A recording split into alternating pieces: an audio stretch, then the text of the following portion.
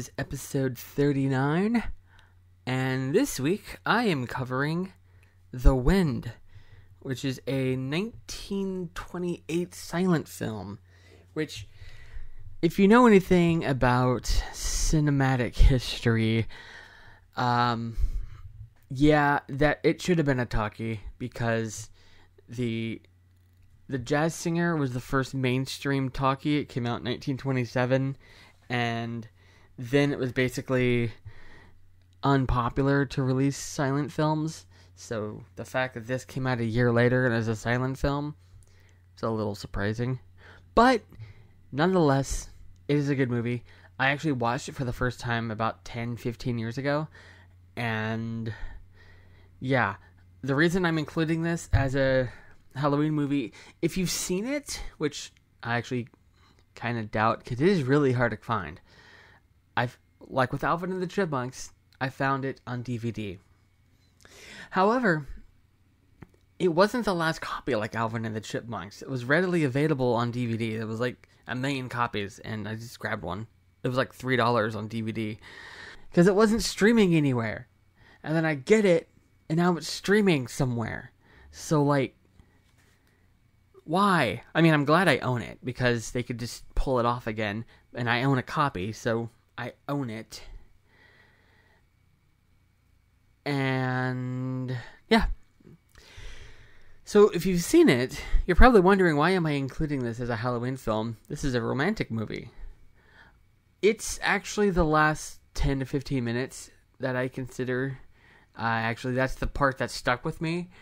And when I think of this movie, that's the part I think about. And I'm like, oh, that's a scary movie. It's a silent film. It's like a psychological horror film as a silent film back in the 20s. That's surprising people. In fact, I told a few people that I was going to do a silent film for October, in October, for like one of the Halloween movies.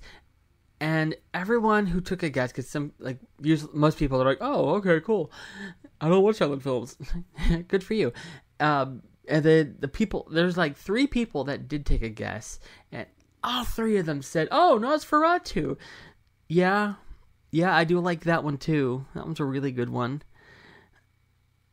That one would have been more of a Halloween movie, but I chose this one because it's it's less known. It's more unknown, less well known. I don't know. Yes, it's not as... Let's put it this way. The fact that they all guessed Nosferatu is the reason I didn't pick Nosferatu, even though I hadn't picked it before. But I might cover it at some point, because I really do like that movie. 1922. Yeah, there's actually a movie about that, but I'll get into that if I do a Nosferatu movie. Anyway, The Wind is a 1928 silent film directed by Victor Sjöström. He had an Americanized name, but I can't pronounce that either. Starring Lillian Gish, Lars, Hanson, and Montagu Love. And it's based on The Wind by Dorothy Scarborough. It was written in, or at least published in 1925. And it's basically, like I said, it's a romantic movie from the 20s. But it's not very romantic. In fact, she doesn't fall for him until the last second of the movie. And I wrote notes. For one thing, it takes place in Sweetwater, Texas, which I grew up like 20 miles away from. So, yeah, it's like, oh, yay, I know that area, but it takes place in the 1800s, so it's not the Sweetwater that I know. Also, what stuck out to me was they spelled it Sweet Water. They put a space. I'm like, wait, they put a space in it? So it's shown in the movie that like it's always windy in this area. The wind's always blowing, and in fact, when she's moving here from Virginia, And it's implied that, like, she grew up on a farm. It was nice. There were flowers. It was pretty. And, like, it may have said why she moved. I don't remember why. But she moved to Sweetwater. And everyone kept saying, oh, you're going to be scared of the wind. Women are afraid of the wind here. And she's like, I'm not scared of the wind. But then has this freaked out look on her face. It's Lillian Gish. She's, like, really talented. She's, like, one of the biggest silent film stars. She's one of my favorites. I also like Mary Pickford. I think my favorite silent film actress is Mary Philbin. I have favorites, okay? I am a silent film nerd. I was actually talking to a friend earlier. She was like, I never watched a silent film before. Are they good? I'm like, are they good? It's like, I told her I was going to introduce her to silent films and we're going to sit down and watch some. And she was like, which one should I start with? I said, I'm not going to start you big. I'm not going to start you on Metropolis. I'll probably start you on City Lights. That's one of my favorite ones. My very first, remember how I said Casablanca, this podcast, is based on a blog that I was running 10 years ago called Casablanca? Obviously, because that's the name of this one. I named it after. The very first review I put on there was City Lights. And it's one of my favorite movies of all time. And I told her I will start her on that one. Is it streaming? I don't know. But it's on Blu-ray. So, yeah. It's more well known than The Wind, I'll tell you that. There are no features on The Wind DVD. There's not even on Blu-ray, it's on DVD. Literally, I put it in, and I hit the button because it's a PlayStation 5. I hit the DVD icon, and it starts playing. There's no opening title like, hey, this is the DVD, FBI warning, and no main menu. It just starts, the MGM logo, and whoa! That was jarring. So, yeah, I love how they really showed how windy this is, not just in, like, the effects of the... Actually, because this is a silent film, people say, oh, they don't make them like they used to, because everything was practical. There were no computer-generated effects. There were, like, painted on, shell shading, because that's what they did on Zelda, but that's different. They would, like, paint on the film strips sometimes to make them colorized, or like to add little effects, which I think is what they did in this movie. There's a cyclone, and that was 11 years before the one in The Wizard of Oz. Obviously, the one in The Wizard of Oz is a lot better. They practically filmed that. They actually made a thing. I saw a little documentary on how they made the cyclone in The Wizard of Oz, and they actually physically made that, and that was, like, really cool. However, the cyclone in The Wind, you can actually see through it. Yeah, the one in The Wind, you can actually see through it, so I don't think they made that one practically. So there's Lillian Gish's character. When she gets there, there's two guys who are trying to get her attention, and they basically don't let her make any decisions. They're fighting over her, and every time they're always like, we'll shoot for it, and then they basically take out their pistols, because everyone had pistols back then, I guess. Actually, nothing's changed in Texas. Anyway, and they'll shoot at a random object, and whoever shoots it closer to the center wins that argument. It gets to sit next to her or do whatever, and that's how they settle everything. And it's really frustrating because it's like, ask her what she wants to do, let her decide. And then, like, they both propose to her at the same time, and she's like, oh wow, I can't decide, I like you both. So they hand her a coin and say flip for it. Even in that situation, they don't let her choose. They have a coin pick for her. And then I wrote on here, oh right, casual misogyny was in at the time. Yes, it was. And it eventually, like, she picks one. Technically, they shoot it out for her, and she doesn't get to choose, because why would they? Why would they let her choose? And so she has to live with him in this cabin, and there's a few funny scenes where, like, she makes him some coffee or something, and she doesn't want it, and so, like, she pretends to drink it when he's not looking. She, like, dumps it in this vase, and she's like, "Oh, I'm done. I finished. It's good." And he's like, "Oh, I'll get you more." And she's like, "No, oh, no, that's good. It's fine. No, don't worry about it." And eventually, though, she kind of snaps and was like, "I don't love you." And he's like, "What? You don't love me?" And I'm like, in my mind, I'm thinking, what about her actions thus far has made you think she loves you? But to his credit, he didn't try to fight for her after that. He was basically like, "Oh, okay." And he, like, tries to raise money to send her back to Virginia, because he's like, "Well, I mean, you don't, I don't want to force you to stay here, so I'll just send you back because you don't even want to be here." So I still think that's wrong, because it's like, "Well, you don't want to live with me, so I'm going to send you back home." But at the same time, he didn't try to be like, "Well, no, we're married now, so you're going to love me." So it's kind of iffy. Like, I still say it's problematic either way. But part of the thing that they do, like, the people in that area, like, they have to, like, gather horses because Texas in the 1800s, and the winds are getting stronger, and the horses escape, and they have to run out and get them. And somebody gets hurt. I think it's the other guy who was trying to get her attention earlier and was shooting for her attention. And he gets hurt, so he gets nursed back to health. But he stays behind, basically, and attacks her. And she finds a pistol on the table and, like, points it at him.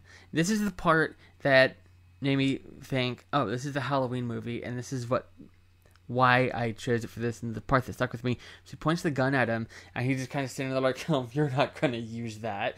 Do you even know how to use that?" And so, like, he walks up to her, and then kind of tries to grab the gun from her, and it goes off, and it shows him, like, this shocked look on his face, and he drops down on the floor dead. And then she has this freaked out look on her face, and she looks at the gun like, "What did I just do?" And it cuts to her, like, she grabs a shovel and she goes outside and, like, digs a hole, and then she buries him. And it becomes like a psychological horror film, because, like, she looks at the window, and like, where she buried him, like, the wind's strong and, like, it's uncovering him, and she's, like, in total panic mode, like, oh no, and then, like, her hair's down, like, the wind's inside the house. And the music in the copy that I have, it's, like, modern music, and I think it really works for most of the movie, but just not this scene. The one that I saw 10 to 15 years ago had, I think, like, the original score, and it had, like, building orchestra here. It, like, really built the tension, where, like, she started hallucinating, thinking he was still alive, and, like, she thought that he was trying to get back inside the house, and, like, you see, like, hands pushing on the door trying to open it, and she's freaking out, and so she, like, hides her face, and her hair is flying everywhere because of the wind, and you see hands, like, grabbing at her shoulders, and she's, like, trying to, like, escape, like, no, and then, like, she turns around, and it's the guy she was forced to marry, and then she was relieved, and then he was like, "That's it, I'm sending you home now," or whatever. And she's like, "No, can't you see I love you?" And he's like, "Oh," and then the movie ends. Which, it's the trope where she falls in love anyway. But yeah, like, that, like, little 10 minute section there at the end, like, oh, it was really good. Like, that, it was really suspenseful, like, psychological horror, especially for a film, like, at that time period. Like, I explained it to people, and And they're like, oh no, it's a silent film. It still sounds boring. It doesn't matter like what they do. It's still boring. Like just because it's black and white and all that. Like I've had people say that. Like I don't want to watch the silent film. It's black and white. Okay, there are colorized versions. It's still boring. It's a silent film. Stop complaining. Watch them. Watch the silent film. Watch the silent film. Another thing that kind of stands out, because like I said, like I watched a lot of silent films back in the day. I haven't watched them as much in the last few years, but I'm still a big fan of them. I just haven't seen a whole bunch lately, but I did watch a ton 10, 15 years ago. That's why I can't pinpoint exactly when I saw it, because there was like a whole span of several years where I just watched a bunch of them. Like binge watched, not all of them obviously, because I don't think anyone has access to all of them. But yeah, I had seen a bunch, like Lillian Gish. That's why she's one of my favorites. Like she was in a bunch of movies. Like she was basically D.W. Griffith's main actress. Like she was in a lot of his movies, and like kind of the thing that stood out with me on this film, not just other than the psychological stuff, is like you see a bunch of these silent films and like the actresses, they're all about being glamorous and all that. Well, she in this movie is a very physically demanding role with like the wind in her face and like the digging, and then it's like getting knocked over by the wind. It's like everything, like, which it doesn't sound like much today. Like people do more than that in movies today, but like a movie back then, like everything she goes through for that film, like you don't really see that very often. Like everything's on a soundstage, and no matter what they're going through, they still look perfect. Well, in this one, her hair's flying everywhere, and like she looks dirty at parts, and so like I'm describing it in my mind, I'm thinking like people are going to respond to like, yeah, so if you're thinking that, you clearly don't watch silent films or like these old movies, because yeah, like I've seen silent films that took place like during war, that they still like they just got out of like a bombing, and they come out and their hair's still perfect and their makeup's on point. Or wow, that I feel weird saying that. On point. Ugh, I'm using slang now. But yeah, you know what I'm saying. So like when I think of Lillian Gish, I think of like she is a silent film star. And actually, considering how much I say that she was one of my favorites, I didn't realize until I did research for this that I knew she lived quite a while. She died in the 90s. But a lot of these silent film stars, once talkies came around, they stopped working because people heard their voice and they're like, ew, I don't want to hear your voice. You have an accent. Or your voice is weird. So like, yeah, like I didn't think of her as a talkie actress. I don't think I've ever heard her voice. I've heard her voice once. And there was a documentary called Hollywood, like the American silent film or something like that. You can't find it. It's on VHS, and it's like $500. There's like 11 parts. I found it on YouTube. Like every few years, I find it on YouTube, and I save the playlist, and then it gets removed. And then a couple of years later, I find it again, and I save it as a playlist, and it gets deleted. So like, I don't even know if the playlist is still there from the last time I saw it. It was like 2 or 3 years since I last saw it. But like, she's in it. That came out in like the early 80s. And like a lot of these silent film stars were still alive. Like King Vidor and Douglas Fairbanks Jr. was still alive, and he was in the documentary. Lillian Gish, of course, like that's what I'm talking about. And like a whole bunch of people that like when their names popped up, I'm like, oh, they're in this. And it's kind of sad to watch now because everybody in that documentary, including the narrator, has since passed on. Mickey Rooney was the last silent film star, and he passed away like 10 years ago. So, yeah. which is why I think that documentary needs to like be preserved, because that's a piece of history, film history, which that doesn't make it any less important. Some people will think it is like, oh, it's just film history. It's not real. It's not real history. At the very least, it needs to be transferred over to DVD, because that needs to be preserved. But the reason I even talked about that is I didn't realize that she kept acting. On her Wikipedia, it's separated into two parts: silent film era and the sound era. And she worked until her death in 1993. Not till the day she died. Her last film came out in 1987. It's called The Whales of August, and she co-stars with Bette Davis, and that was Lillian Gish's final film before she died, and it was Bette Davis's second to final film. She made one more film after that, and then she died.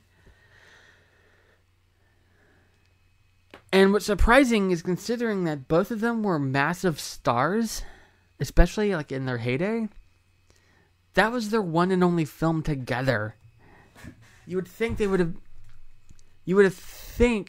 they would have been in other films together, considering they were both massive stars. So, yeah, at least they acted in one. They played elderly sisters. It's also got Vincent Price, but he's not mentioned in any of the... Well, he's mentioned in the trailer. It's like, Oscar-nominated and legend of her time, Bette Davis, and the first lady of the silent film star era, Lillian Gish, and Vincent Price. And it's like, oh, wow. He got three legends there. It's like, one's like, oh, also, it's like Hamilton. It's like Angelica, Eliza, and Peggy. That's basically what they did. But, yeah. That's what I'll probably do, like, out of context, just randomly saying that. Every year, because, like, I'm wanting to do, like, last Halloween, I only did 2 films. I did Psycho and The Changeling, because, like, I didn't want to do one every week. But this year, I'm doing one every week, just so I can put more the movies out, and it's really fun. I like it, and so I might do that next year too. And I wanted each movie to be different, so I'm probably gonna stop asking people for ideas for holiday movies, because when I ask people for holiday tell me some Halloween movies, and they're like, oh, Friday the 13th. Michael Myers, Freddy Krueger, and it's like, no, these are all cliche stuff. And yeah, I'm sure I've done cliche things before. Like, I did Home Alone last year for Christmas, and A Christmas Story. I mean, you don't get more cliche than that. Like, this year for Halloween, I did Alvin and the Chipmunks, and that's out of left field. It's completely random. And Zodiac, which I told a friend I'm doing Zodiac for Halloween, and they were like, isn't that offensive? And I'm like, what do you mean? And they're like, that's true crime. Like, people actually died. I'm like, hey, shut up. And so, like, every year I'm thinking I'll do a silent film, because there's more than just Nosferatu. I'll probably do Nosferatu at some point, but there are other horror films from the silent era that are really good. This is just the first one that came to mind. Second one that came to mind, because yes, Nosferatu was the first one that came to my mind too, but I didn't want to go cliche. At some point I will cover Nosferatu, but I'll get to that. Maybe. I already have an idea for next year's.